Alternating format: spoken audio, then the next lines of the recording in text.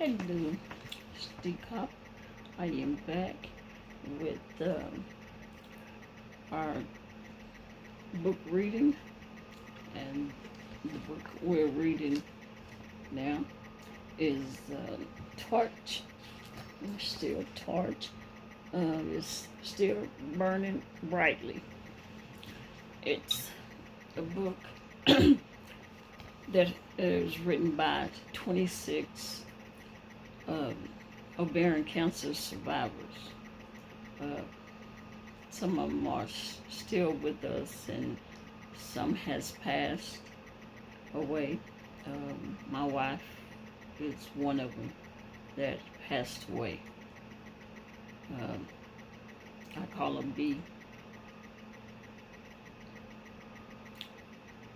Um, and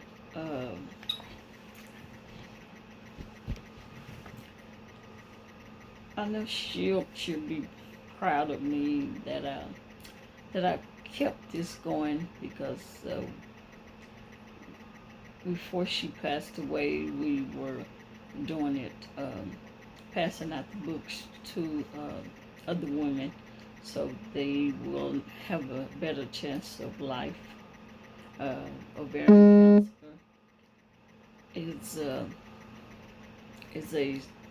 has a 3% survival rate, very, very low. And the reason being is because women that have ovarian cancer are normally misdiagnosed, and that is being diagnosed correctly is a life and death thing. It's the difference between living and dying, life and death.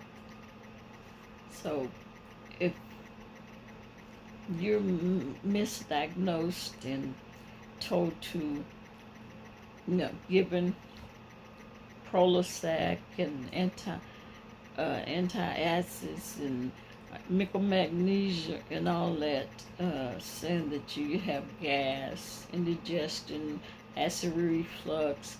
They even told my wife that they thought she was pregnant at 50 years old, and being gay. That's a doozy. Which she told them, no, that cannot be possible. So then they said, well, you may have parasites. And so while the doctors said, you may have this and you may have that, try this and try that, it ended up being that by the time she was diagnosed correctly, she were stage 4 ovarian cancer. They told her she had 3 months to live. She lived for 7 years. 7 years. And she fought a good fight.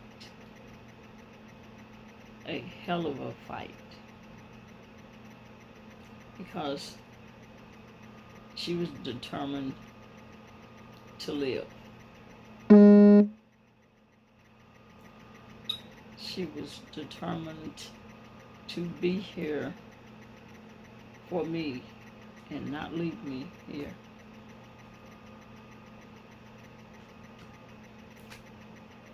She was a hell of a woman.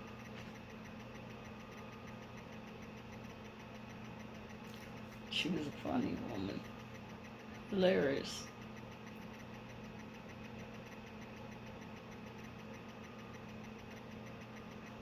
Yeah.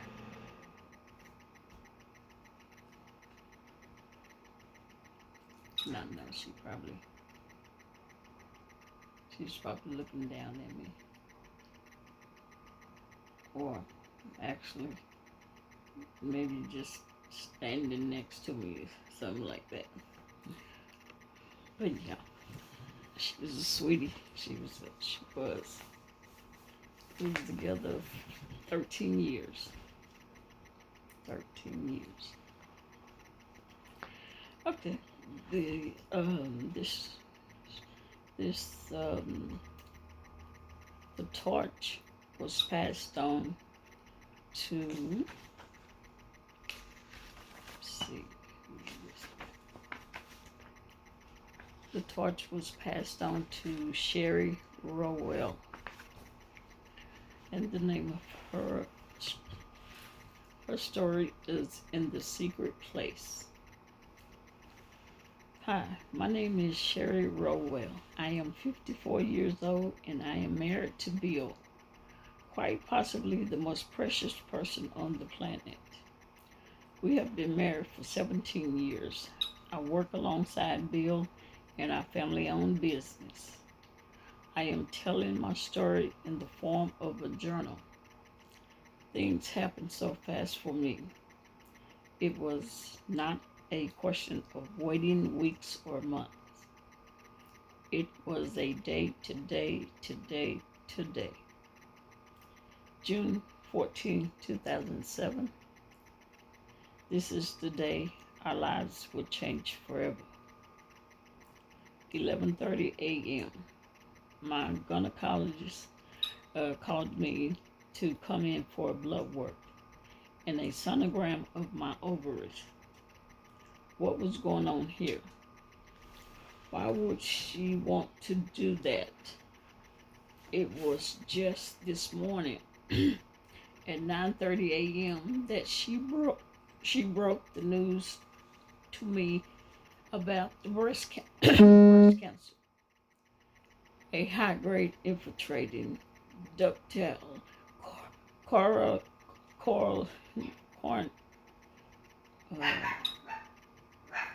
carcinoma. Yeah. Why did she want me to come in for these other tests?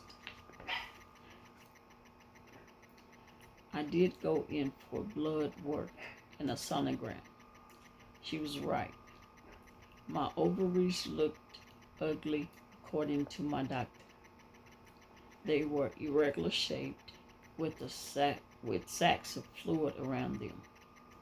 The CA-125 blood test was very elevated. The next thing I knew, she had in her assistant to get on the phone and book an appointment for me with my oncologist. A what? An oncologist. What in the world? It was just a week earlier that I had biopsies of my breast, and now I had to go to see a oncologist. June the 20th, 2007. Today we had appointments with the breast doctor in one hospital and the oncologist at another. Miraculously, the two appointments were on the same day. Everything was rushing so fast. They both told me all about the two cancers, breast and ovarian. They told me what was going on in my body. I felt numb, to say the least. There we sat, my husband and I, listening but not hearing.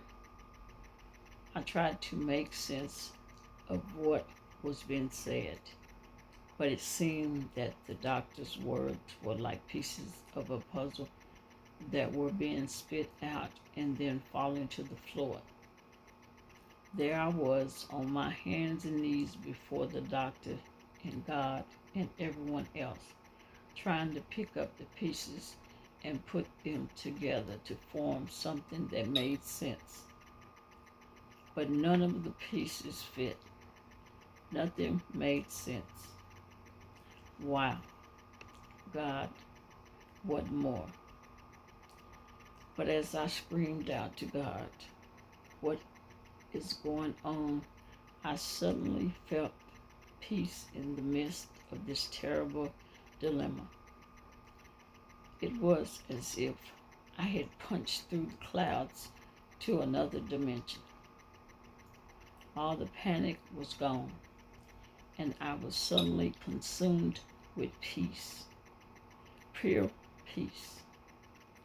There was a calmness that came to me about all this that I could only try to relate to those around me. Everything was moving so fast. I could hardly get a breath, it seemed. Maybe this was for the best. I didn't have time to really dwell on anything negative. Pastors, family, and friends were all called in. I was put on more prayer lists across this country than you could shake a stick at. It really felt great to know that so many people cared. So many prayers were going up to bless the heavenlies on my behalf. What a blessing. June 21st, the oncologist Dr. Matthews, and a breast doctor, Dr. Ladley, scheduled tests for me so that all bases were covered. The two doctors worked together to get the cancer out of my body. We drove back to the hospital for tests, including more blood work and an MRI. Then I had to see the breast doctor. June 22nd, back to Medical City for a bone scan, CT scans, and more blood work ordered by the oncologist at Baylor. When we finished with the test at Medical Center that afternoon, we drove to see my daughter in Baton Rouge for the weekend. Oh yes, and God had prearranged a meeting for me at a friend's church that was in the area. I had talked with him months earlier about this meeting and had forgotten about this revival at his brother's church until we were driving to Baton Rouge. I looked at the notes on my calendar and there it was. June 22nd, we made a point to go by and see our friend at his brother's church.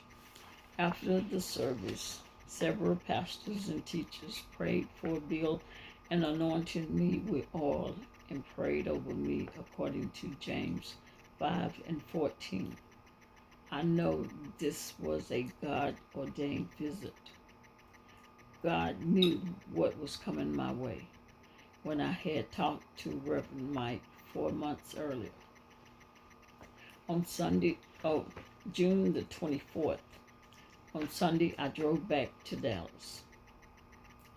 The breast doctor, Dr. Laley, called me. She was on a short vacation.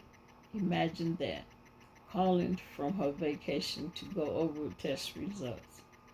It is humbling for me to realize how much these doctors care about what I am going through.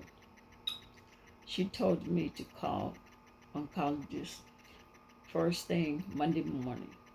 My breast doctor had already touched base with my oncologist on the MRI and CT scan.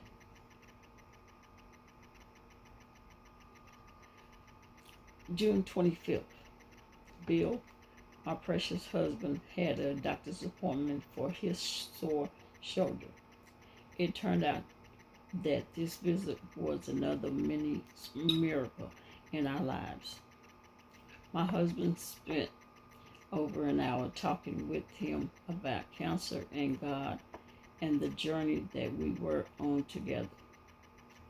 My husband's doctor had his own battle with cancer, so he knew exactly how to talk to Bill. He ministered to my precious husband so wonderfully. I know it was God. What a help the doctor was that day. Then we were off to pick up records from one hospital to take to the other hospital before surgery. I was to have no food today because a stomach surgery was tomorrow with Dr. Matthews, abdominal surgery. June 26th, although Tuesday was Dr. Matthews' usual day off, she was so concerned about me that surgery was scheduled anyway. I asked her why she come in to do surgery on her day off, and she said, I know that when someone finds out that she has cancer, she wants it gone today, not 2 weeks from now. I was amazed at her concern. My surgery was the first thing in the morning. Bill and I was joined at the hospital by our pastor and his wife and a few friends. I was allowed only one person back in the operating waiting area. So Bill was with me. Then when Dr. Matthews came in, she asked if we wanted to pray, and we said yes, and my pastor and wife are here. She told Bill to go get them and bring them in. Then she told me that she had the best team she could ask for in the operating room. Dr. Mike Ramsey, a world-renowned anesthesiologist, I'm getting tongue-tied. Dr. Matthews said she could have put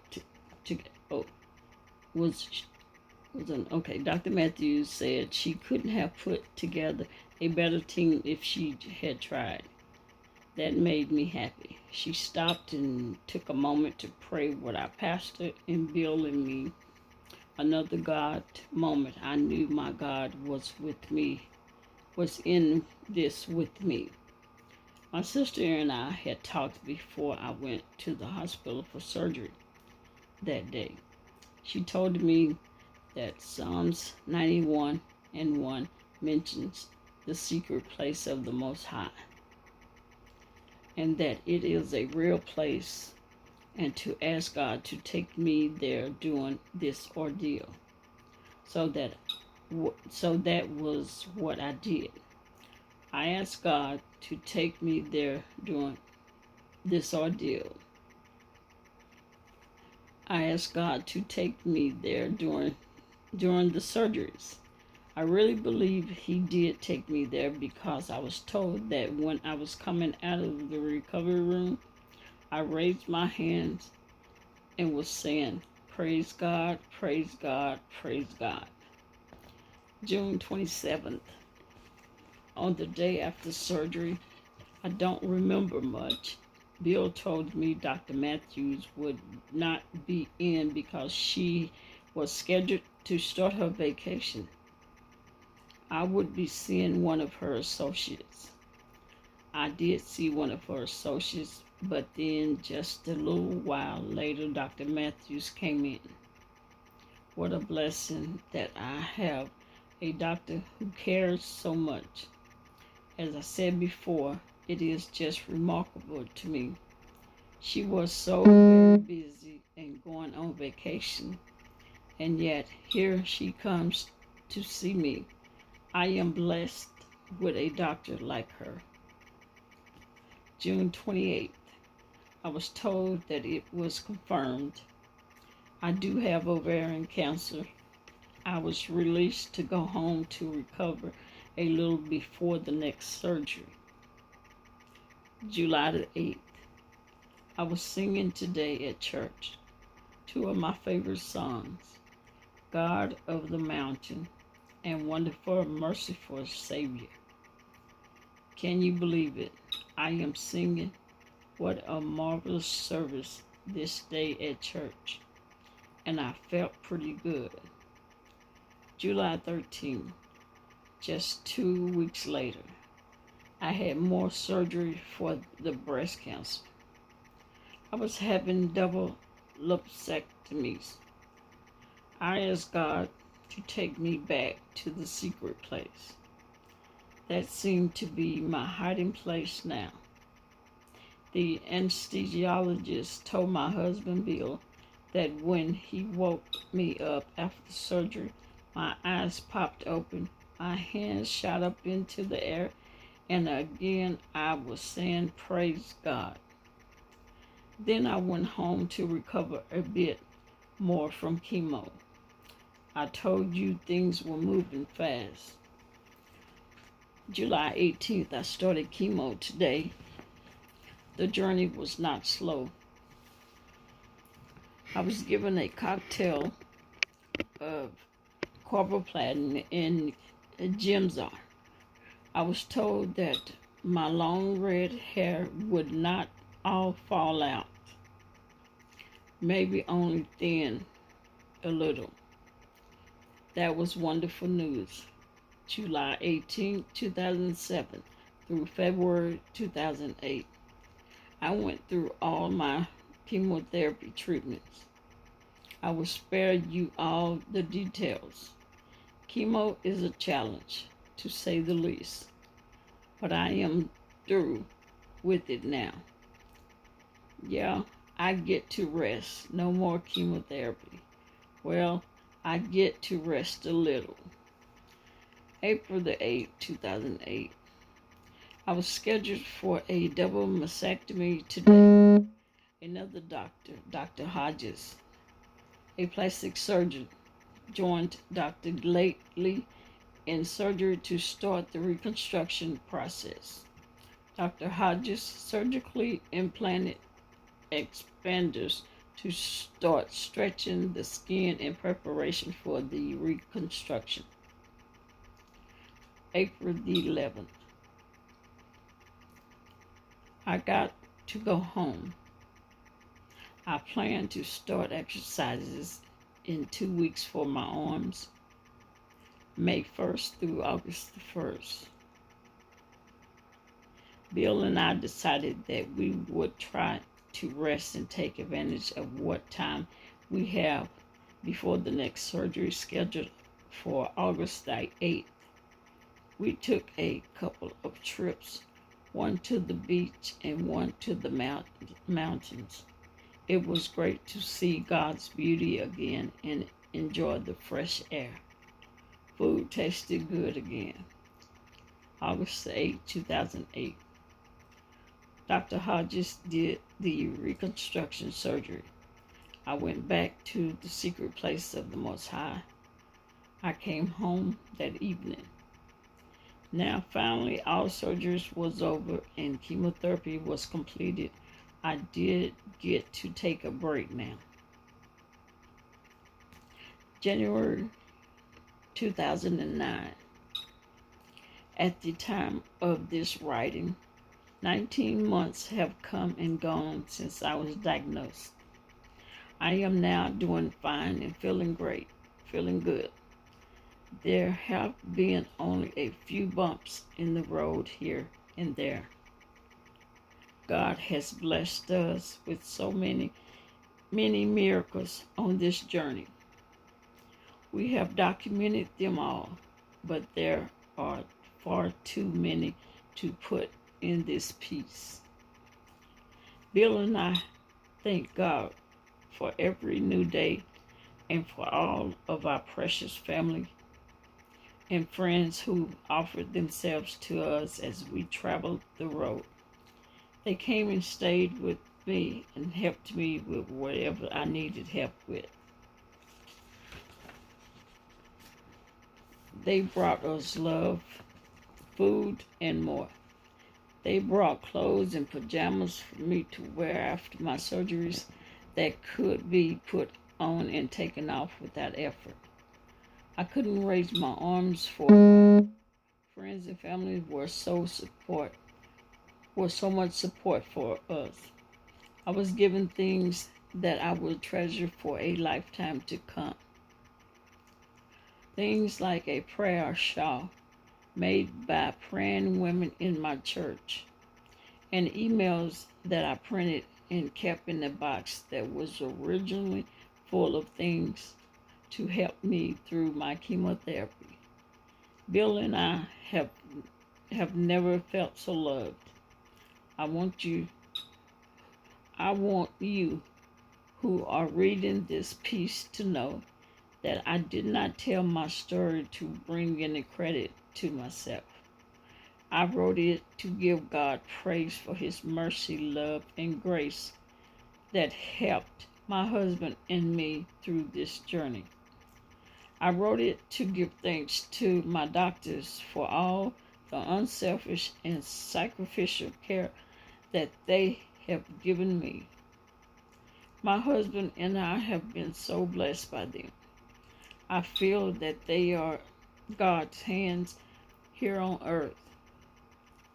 I wrote this story to encourage any women who may have walked this same path. My only hope in all this is that I can somehow be a testimony to those women and to everyone whom I come in contact with of the faithfulness of God, the love, and the grace of God. If I can do that, then all of this will have been worth it. I am ready for the future and whatever that future brings. I have set my sight on Jesus because he is the author and the finisher of my faith. God tells me in Jeremiah 29:11, "For I know the plans I have for you, plans to prosper you and not to harm you, plans to give you hope and a future." All I can do is simply trust in his love and continue to dwell in the secret place of the Most High. And the torch was passed on to Sherry Rowell.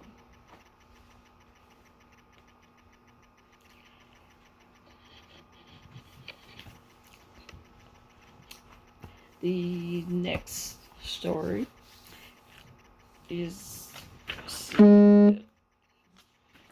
that torch was passed on to Colleen Taverner, and the name of her story is My Birthday Surprise. The date is October 13, 2005, and it is my 47th birthday. I am just waking up from my drug-induced state, having just completed my colonoscopy. The images surrounding me are blurry, but I can hear my gastro doctor's voice. He is talking to me, but I am not quite able to understand the words. As he leans in closer, his face becomes more defined. With slow motion running, he mouths the word, "Does colon cancer run in your family?" Happy birthday to me. Let's go back in time about 1 year. It is the fall of 2004, and my bicycle riding season is coming to an end. The season was worst I have ever experienced. My usual 100-mile pleasant riding day had turned into a 10 miles torture ride. I had no stamina, no energy, no recovery, nothing to move me along. I decided a trip to my general practitioner was in order. Unfortunately, my physician is very hard to get an appointment with, so I got to see the physician assistant. I explained my biking dilemma and my extreme exhaustion by the end of my rides. I recounted my lack of energy, my shortness of breath, and the new discomfort I had on this bike seat. The physician's assistant response was quick and sharp. You are 46 years old. You should be glad you are doing any miles. You are just getting older. We can run some tests, but I know they will come back just fine. Age is catching up with you, and who is comfortable on a bike seat anyway? I left questioning myself, not her. Over the course of the following year, the physician assistant and I became arch enemies. Every 3 months, I would be waiting in the doctor's office, adding another symptom with each visit. In October 2004, I was tired and exhausted. In January 2005, I was tired and exhausted and had gas. In April, I was tired, exhausted, had gas, and had indigestion.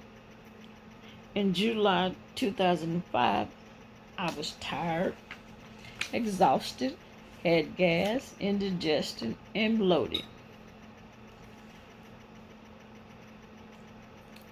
These symptoms that this particular lady have the being tired, exhausted, had gas, indigestion, and bloating are the textbook symptoms of a woman who has ovarian cancer. The physician assistant would tell me over and over to slow down. You are just getting old. Slow down. Gas and indigestion are symptoms of aging. Try taking some antacids. Pelvic bloating. Have you ever heard of a middle-aged bulge? Perhaps you are a bit of a hypochondriac. Oh my. Mad and frustrated, I made an appointment to see my gynecologist about my bloating and discomfort upon sitting. I explained how riding my bike had become unbearable. Bloating and fatigue had set in along with shortness of breath, another symptom.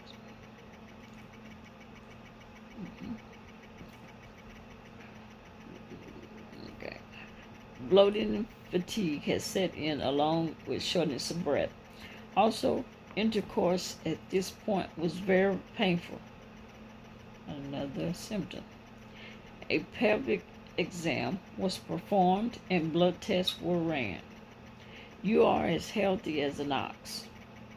Perhaps you just do too much. Relax, slow down, and try new position in bed.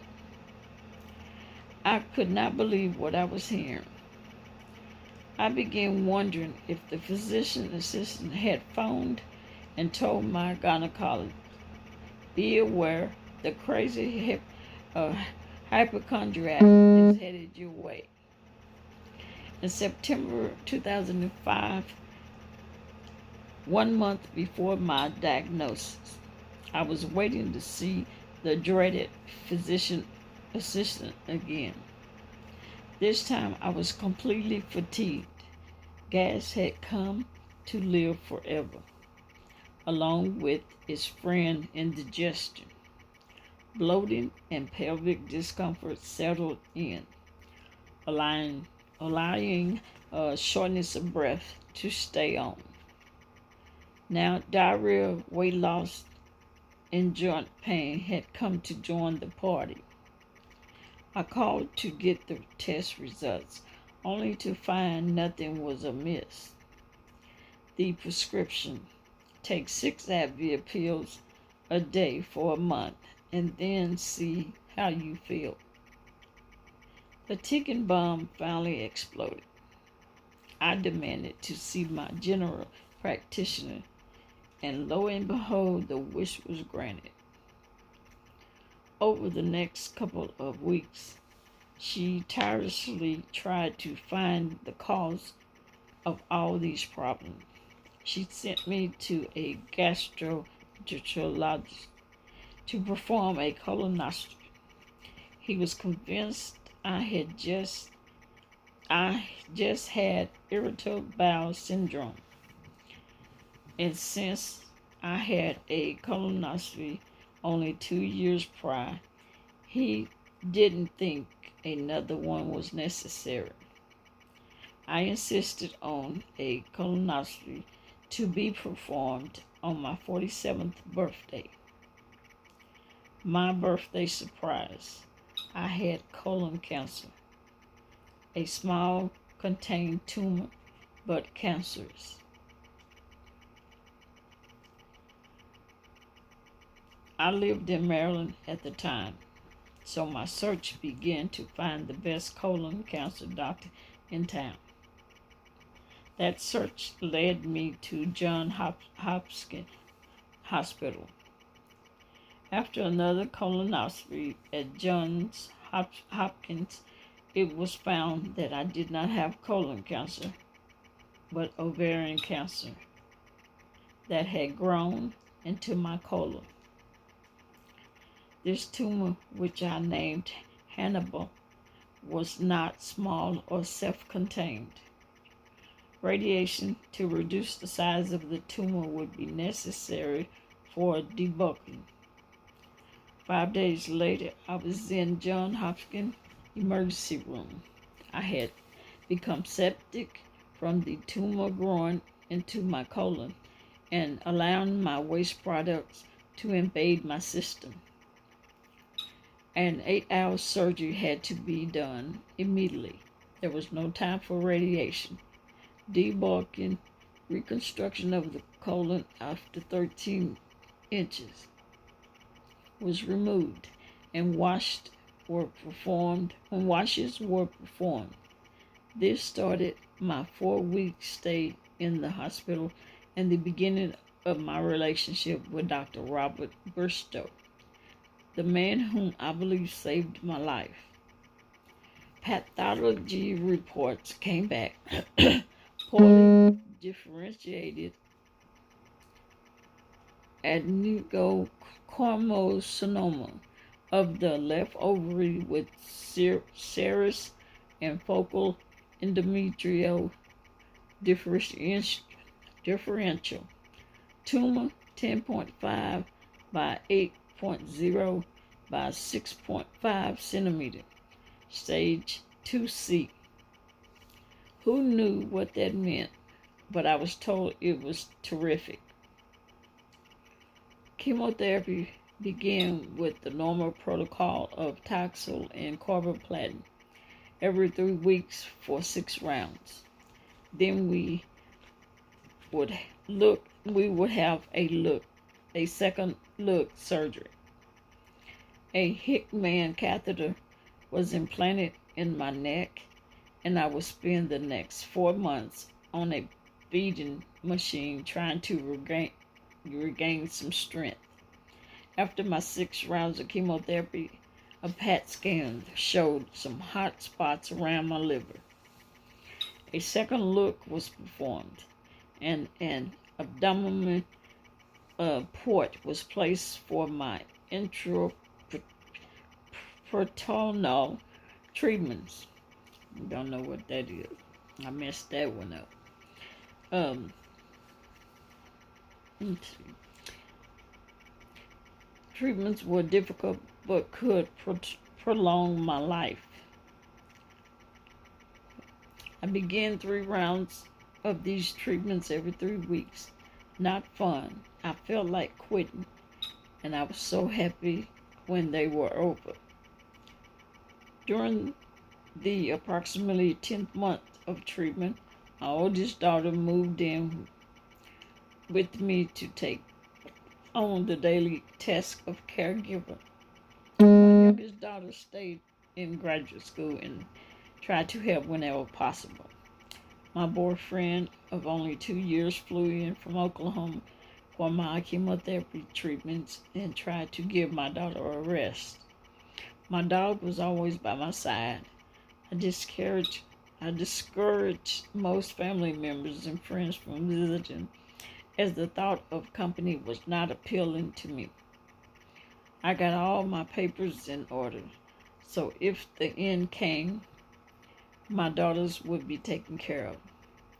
Most of my days were spent wondering where the cancer came from.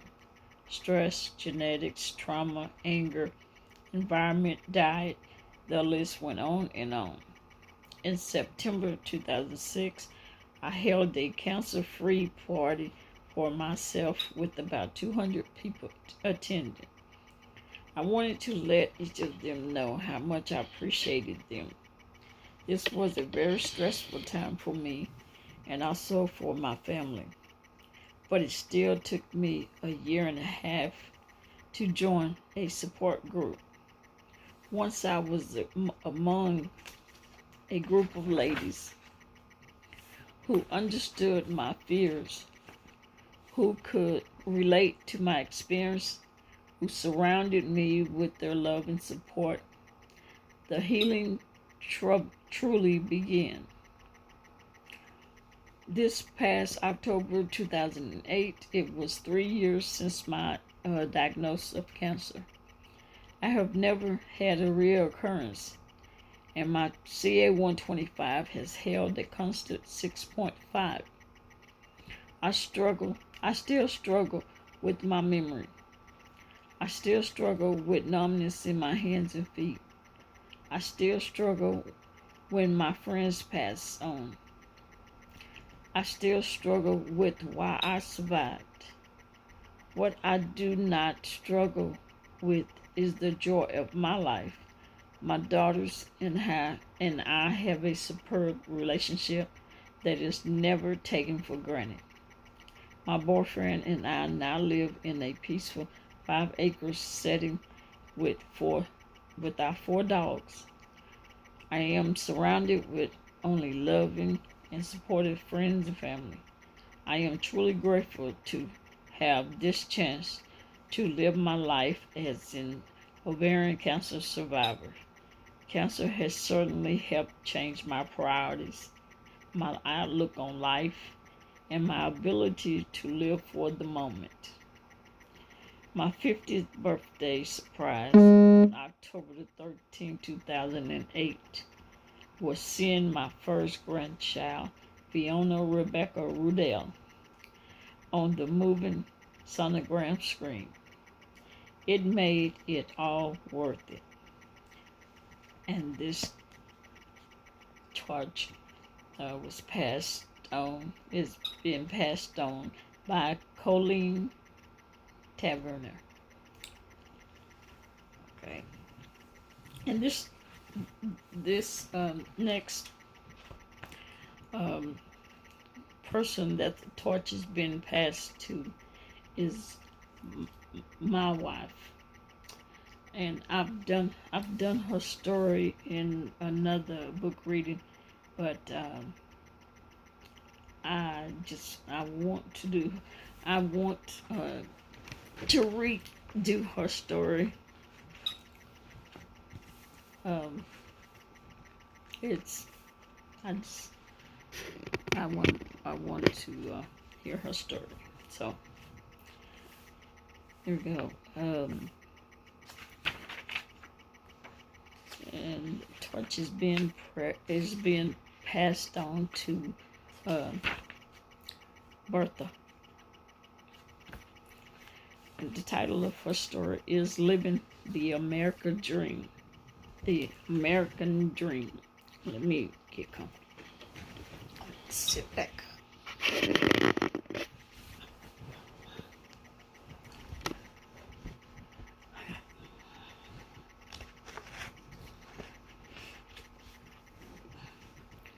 Okay. Living the American Dream. Today is my 52nd birthday, a day I really didn't think I'd live to see. You see, I was diagnosed with stage 4 ovarian cancer and offered no hope of surviving beyond 3 months after the initial diagnosis. That was 2 years ago. Like many liberated women of my era, I was living the American dream, free, black, successful, and very much aware of how many deaths were related to the various types of cancer. My journey began in April 2007, the day of my diagnosis. My symptoms began months prior to my 50th birthday. I was undeniable, had a textbook case of ovarian cancer. I was gaseous, immediately felt full after meals, suffered from loss of appetite, developed abnormal menstrual cycles, and finally developed abdominal swelling and bloating. I was treated for everything from acid reflux to parasites, and was even told that I was pregnant before undergoing a simple blood test that could have saved my life. By my 50th birthday, I had gone misdiagnosed for 6 months prior to my medical examination, an examination that would not have taken place if I had not refused to leave the doctor's office until he figured out what was wrong with me. Only then was I scheduled for a colonoscopy, and the thought of cancer arose. I underwent the colonoscopy, which found several nodes that were deemed non-cancerous in nature. However, my symptoms continued and grew even worse. As luck would have it, I returned to the clinic for further treatment when a female physician, one I often saw but who had been out on vacation and just returning, took one look at me and my bloated stomach and immediately asked when had I had a mammogram. I replied, "You know that I have a scheduled medical exam annually, so what's the deal?" With that look in her eyes, she immediately ordered blood work and scheduled an ultrasound and a CAT scan for the following morning. Morning came soon enough, and I was off to the imaging facility, not knowing what to expect. The staff was courteous, and all went well until I lay on the small exam table and the ultrasound began.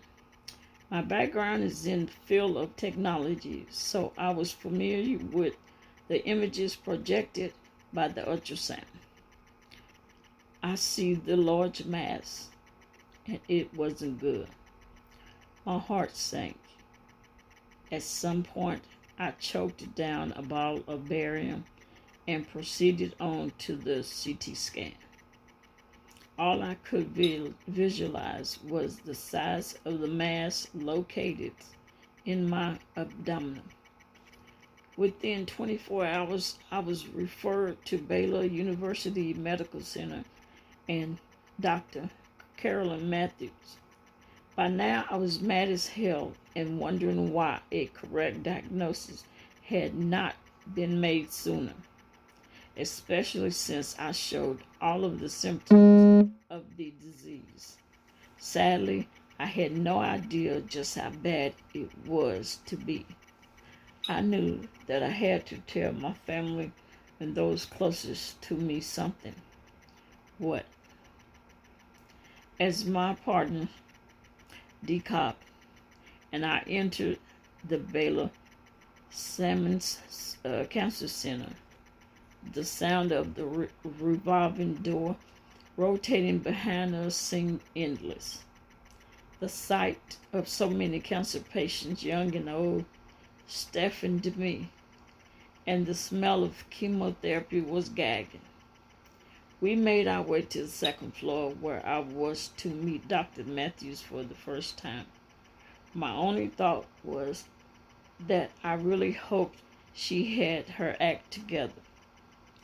My sister, Beatrice, and Decop were seated in the outer reception area as I proceeded back into the small, confined room, housing what seemed to be a very large table. Facing me was a plastic sculpture of the female reproductive organs that indicated the various stage of ovarian cancer. Within 10 to 15 minutes, a young nurse introduced herself to me, provided me with numerous documents to complete, and asked me if I had any questions. My answer was yes. What exactly is wrong with me? Up until that point, no one, including my physician, had said the word cancer. She looked at me as if I was crazy, and I looked back at her just as stupid as I could and asked, well, bless her heart. She looked deeply into my eyes and took my hand and said, darling, the doctor will be with you shortly. Time seemed to stand still as I sat there at that plastic sculpture. Finally, Dr. Matthews came in and introduced herself to me. Right now, I'm going to cut this video off because I think when it gets to an hour, it just cuts off, and I lose the video. So I'm going to cut this off, and I will start another one to finish this story with Bertha. All right.